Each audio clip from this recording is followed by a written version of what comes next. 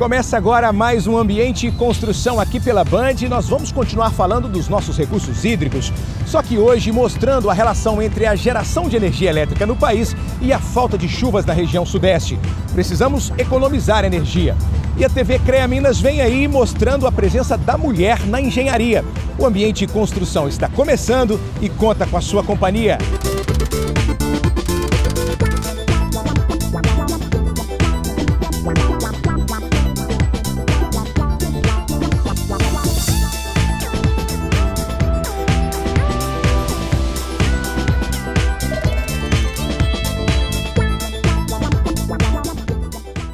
Eu gosto de estar na Docton porque é uma rede que tem várias faculdades, várias unidades no país inteiro. E descobri que ela tinha o centro de engenharia, o que eu sempre quis fazer. Após uma pesquisa, eu constatei que a Docton tem percentuais excelentes de aprovação na ordem. Depois você entra numa rede de ensino superior, a cabeça abre, muda muita coisa, né? Nós da Docton queremos ser o parceiro ideal em sua formação. Entre em nosso site, fique por dentro de tudo e se inscreva no vestibular. Meu sucesso começa aqui.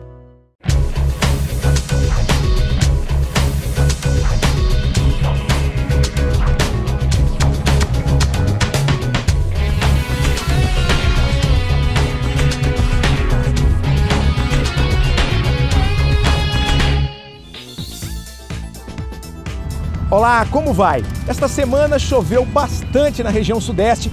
Eu espero que tenha chovido para você aí também. Mas foi pouco para encher os reservatórios. Nos últimos programas estamos falando dos recursos hídricos e hoje queremos mostrar as consequências da falta de chuva. Desde 2009, as notícias não eram boas em relação ao volume de chuva. Um documento produzido pela Fundação de Apoio à USP desde aquele ano já se previa um déficit de grande magnitude no abastecimento do reservatório da Cantareira, em São Paulo. O problema do estado se repete em toda a região sudeste. Isso vale tanto para as reservas de consumo quanto de geração de energia. Apesar da chuva que caiu nas últimas semanas, o volume não é maior do que 0,3% ao dia.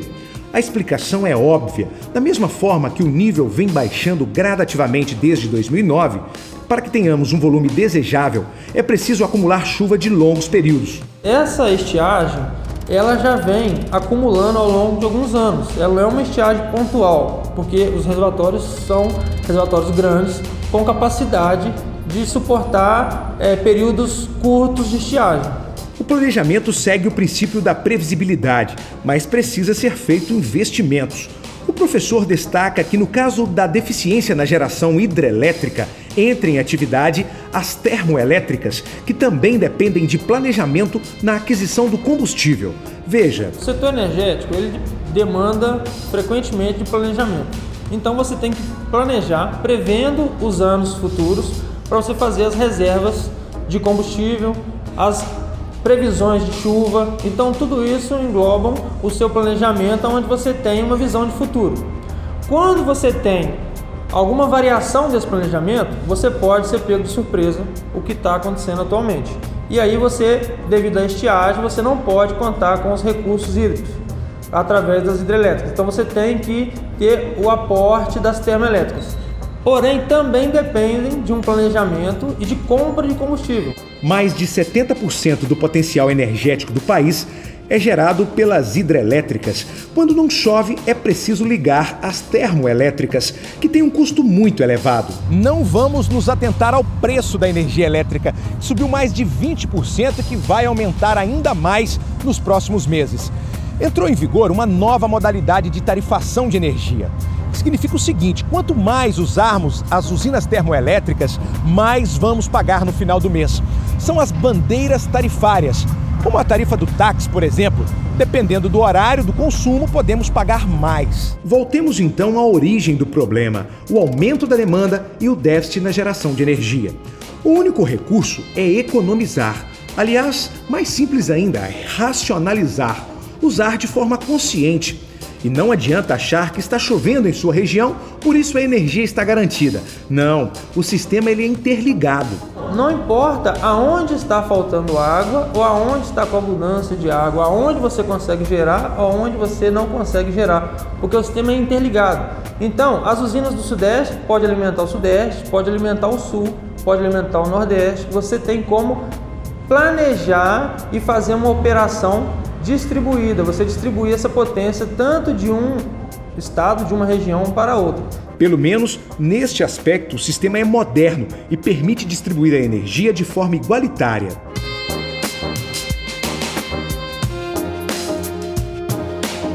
Existem muitas formas de economizar energia. Uma delas é o uso da luz natural. Com o horário de verão, estamos economizando na iluminação pública e na residencial. Janelas e cortinas abertas podem evitar uma lâmpada ligada. Estivemos na concessionária que detém a grande maioria das concessões de fornecimento de energia no estado para conhecer algumas orientações. Começamos conversando sobre o horário de verão. O horário de verão ele foi instituído para que fosse utilizado o maior período possível do dia a iluminação natural, tanto nas residências quanto nas vias públicas. Com isso, a gente retira do horário de ponta a carga da iluminação pública, que é uma carga alta durante o período, e se a gente prorroga durante 1 hora a utilização da iluminação pública, nós estamos aí reduzindo o consumo total com esse tipo de equipamento.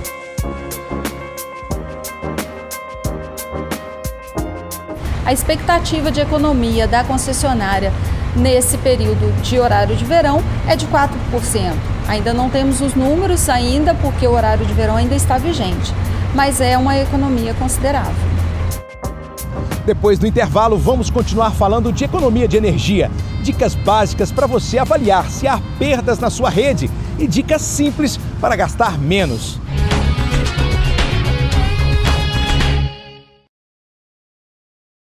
Eu gosto da Docto porque é uma rede que tem várias faculdades, várias unidades no país inteiro. E descobri que ela tinha o centro de engenharia, o que eu sempre quis fazer. Após uma pesquisa, eu constatei que a Docto tem percentuais excelentes de aprovação na ordem. Depois você entra numa rede de ensino superior, a cabeça abre, muda muita coisa, né? Nós da Docton queremos ser o parceiro ideal em sua formação. Entre em nosso site, fique por dentro de tudo e se inscreva no vestibular.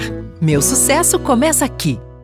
Conheça o Centro de Engenharias Docton Campus Presidente Itamar Franco, o único centro de educação privado especializado no ensino de engenharias da região. Cursos de engenharia ambiental, civil, elétrica, produção e arquitetura. Nosso campus possui infraestrutura completa e diferenciada e a qualidade que você precisa para uma formação superior. Faça-nos uma visita. Estrada do Orione, bairro Dom Bosco, próxima à Faculdade de Medicina da UFJF. Rede de Ensino Docton, transformando vidas.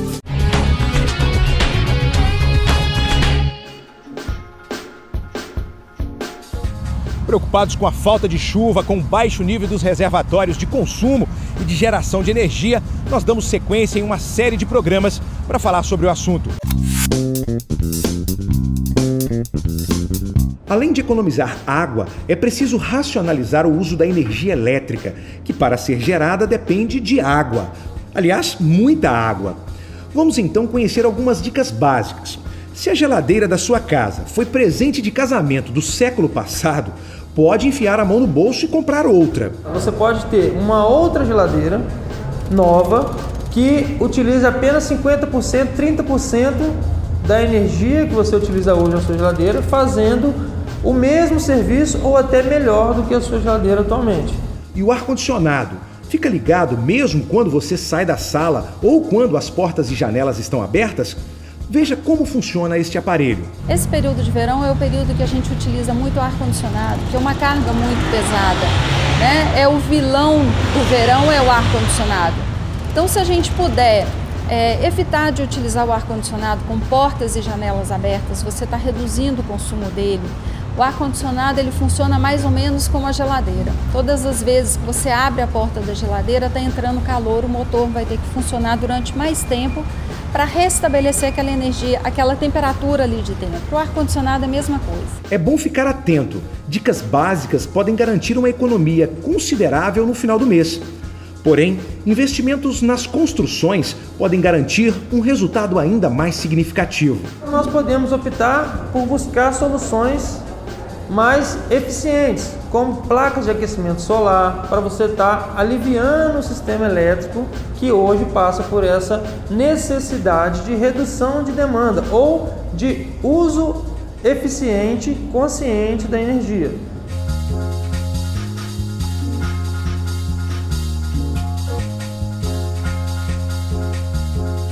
Um adesivo encontrado na maioria dos equipamentos eletrodomésticos podem ajudar muito na escolha de um equipamento. O Programa Nacional de Conservação da Energia Elétrica inspeciona e classifica os produtos. Veja a orientação da companhia energética. Então vamos procurar comprar um equipamento que ele tenha o selo do Procel, porque o selo do Procel ele certifica que aquele equipamento ele tem um consumo menor do que os anteriormente utilizados. E sempre com a etiqueta do nível A, que é o melhor consumo de energia, ou seja, o menor consumo de energia possível para aquele equipamento. Outro investimento importante pode ser com a inspeção completa da sua rede elétrica, o que pode garantir a segurança e evitar perdas de energia no sistema. Primeiro, você pode fazer um teste simples na sua residência. Então você pode, por exemplo, desconectar todos os eletrodomésticos, todos os seus aparelhos da tomada, e verificar se o padrão de energia continua rodando ou marcando, registrando esse consumo de energia. Caso você garanta que você não tenha nenhum eletrodoméstico ligado na sua residência e o seu padrão de energia continua registrando esse consumo, significa que existe uma ligação clandestina ou então uma falha do seu sistema, a qual está te gerando, além de um desperdício de energia, um alto valor de conta de energia no final do mês. Mas espere aí! Não desligue agora que nós temos ainda dicas importantes no programa de hoje. O professor vai explicar quando e como isso acontece. Hoje, o grande risco das instalações elétricas antigas, defasadas, que já estão fora de normas, é a fuga de corrente à terra. Por quê? Você tem uma instalação e essa instalação ela tem um prazo de validade. O seu sistema interno da sua residência não é mais capaz de suprir aquela demanda que você está usando atualmente. Então provoca o ressecamento dos condutores, a qual permite a fuga de corrente à terra. Por exemplo, você tendo custo de consumo sem estar usando esse recurso. Esse recurso está sendo desperdiçado. Então a dica seria procurar sempre um profissional qualificado que tenha competência para fazer uma análise do seu sistema e propor uma mudança ou uma atualização do seu sistema elétrico residencial. Agora você pode pensar aí qual a iniciativa vai tomar primeiro. Os cuidados básicos, como não abrir a geladeira a todo momento, deixar as lâmpadas desligadas, ou se vai investir na reforma da rede elétrica ou instalar um aquecedor solar. O que importa é a conscientização. Abrimos espaço agora no Ambiente e Construção para as reportagens da TV CREA Minas, que esta semana mostra a presença da mulher na engenharia. Vamos ver.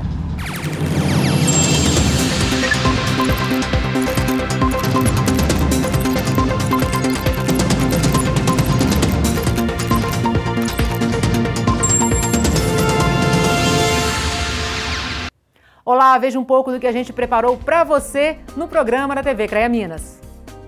Da geladeira à máquina de lavar, do celular ao ar-condicionado, do tablet a diferentes baterias. Milhares desses eletrônicos são produzidos e vendidos todos os dias no mundo inteiro. E basta algum simples defeito para serem trocados por outros produtos novos, quase na mesma velocidade em que a tecnologia vai avançando. Resultado? Pilhas e pilhas de sucatas. A preocupação? Um aparelho descartado de forma irregular traz sérios danos ao meio ambiente. O computador, por exemplo. Uma máquina desta é composta de chumbo, cádmio, mercúrio, cobalto. Poluem o solo e os lençóis freáticos. Para o ser humano, esses materiais podem provocar sérios danos à saúde, como distúrbios neurológicos, baixa imunologia do corpo, irritabilidade e até depressão. Segundo a ONU, o lixo eletrônico cresceu atualmente 3 vezes mais que o convencional. Em 2014, foram produzidas mais de 50 milhões de toneladas desse tipo de lixo no mundo todo. No Brasil, foram descartadas mais de 1.300.000 toneladas de resíduos. Por isso, a sociedade moderna vive um dilema.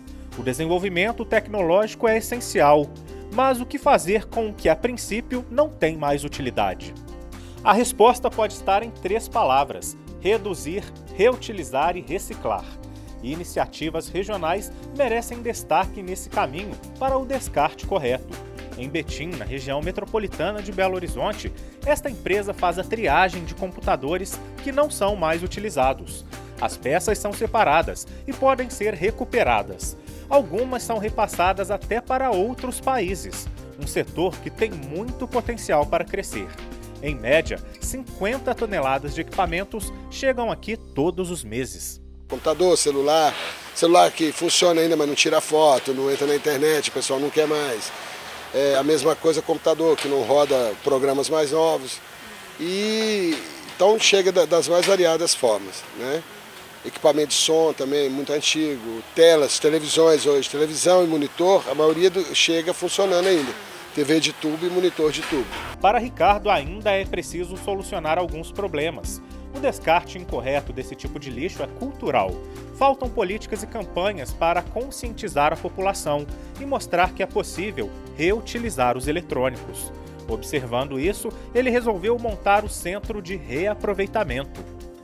Porque você não pode mandar para o aterro, a prefeitura não recolhe, o ferro velho não compra isso, então às vezes compra, tira uma parte, mas joga o resto que não interessa fora. Então, a proposta nossa é justamente de dar destino para todo tipo de resíduo. Essa ideia só é mantida com parceiros. Funciona assim: coletores de resíduos estão espalhados em vários pontos da cidade. Nesta associação, os funcionários participam da campanha há 4 anos. Posso dizer sim, foi positivo, as pessoas se interessaram, tiveram curiosidade, participaram do descarte, mas como eu disse, é pontual, né? A gente precisa de uma ação um pouco mais abrangente. Mas sim, dentro do nosso papel nós conseguimos atingir um objetivo. O ato de reutilizar se faz com ações. A base de toda essa pirâmide, na verdade, começa com a formação de multiplicadores desse conhecimento. No Centro Mineiro de Referência em Resíduos em Belo Horizonte, pessoas a partir de 16 anos fazem o curso para aprender que o lixo eletrônico pode ganhar uma nova vida. No projeto 3Rs PCs, os estudantes aprendem a fazer a reutilização das máquinas. Computadores considerados fora de linha são remontados por eles. Ao final, são doados para instituições e pessoas carentes. Segundo o professor, uma boa ideia para reformular a ideia do que realmente é lixo. Lixo que a gente produz em casa é bem pouco, se a gente for analisar. A maioria do que a gente gasta em casa pode ser reutilizado, reciclado. E é aí que a gente tem que pensar individualmente o que cada um pode fazer para contribuir com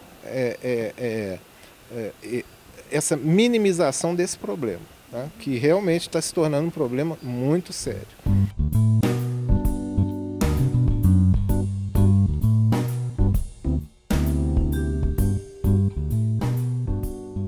A edição completa você encontra no site tvcreaminas.com.br. A gente se vê, até lá!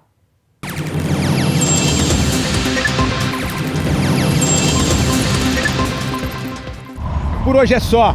Com a participação da TV CREA Minas, nós encerramos o programa de hoje e deixamos as imagens marcantes desta edição que mostra a crescente demanda por energia elétrica e o déficit na geração, provocado principalmente pelo baixo nível dos reservatórios. Por hoje é só. Eu agradeço a sua companhia e espero por você na semana que vem. Até lá!